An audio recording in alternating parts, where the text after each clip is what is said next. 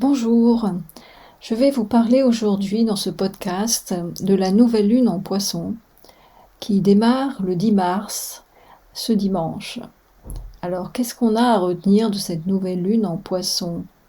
Le Poisson est une énergie qui est très spirituelle, qui nous invite à nous connecter à notre moi supérieur, c'est-à-dire à dépasser en fait les peurs, l'anxiété, les angoisses qu'on peut ressentir quelquefois, qui émanent de nos propres blessures intérieures, de notre souffrance. Il est nécessaire d'avoir de la compassion, de l'empathie pour cette partie de nous qui est en souffrance, qui se trouve, si c'est votre cas peut-être en ce moment, épuisée, fatiguée, frustrée.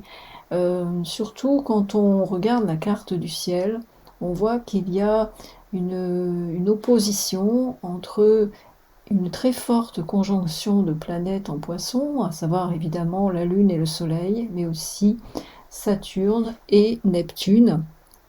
Neptune qui là donc est bien chez lui en Poisson puisqu'il est le maître de ce signe, mais qui sont en opposition à la Lune noire qui est en Vierge.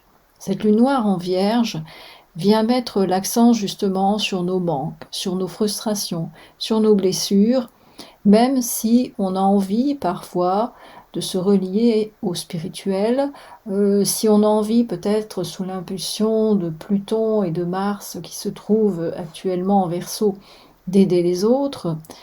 C'est très louable d'aider les autres, c'est très noble aussi, mais parfois l'énergie des poissons fait qu'on peut se perdre en voulant aider les autres, c'est-à-dire que c'est important selon moi d'abord d'identifier clairement nos besoins, mais aussi notre vision, nos convictions profondes.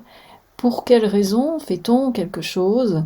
Est-ce qu'on le fait pour recevoir de l'amour, de la reconnaissance, de l'affection des autres?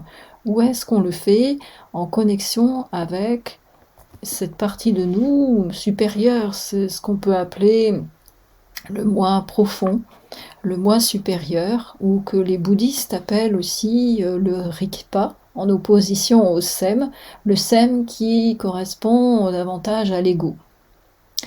L'ego qui est cette somme en fait de notre passé, mais aussi de nos blessures, qui est un moi en fait construit, qui n'est pas le moi pur, le moi supérieur.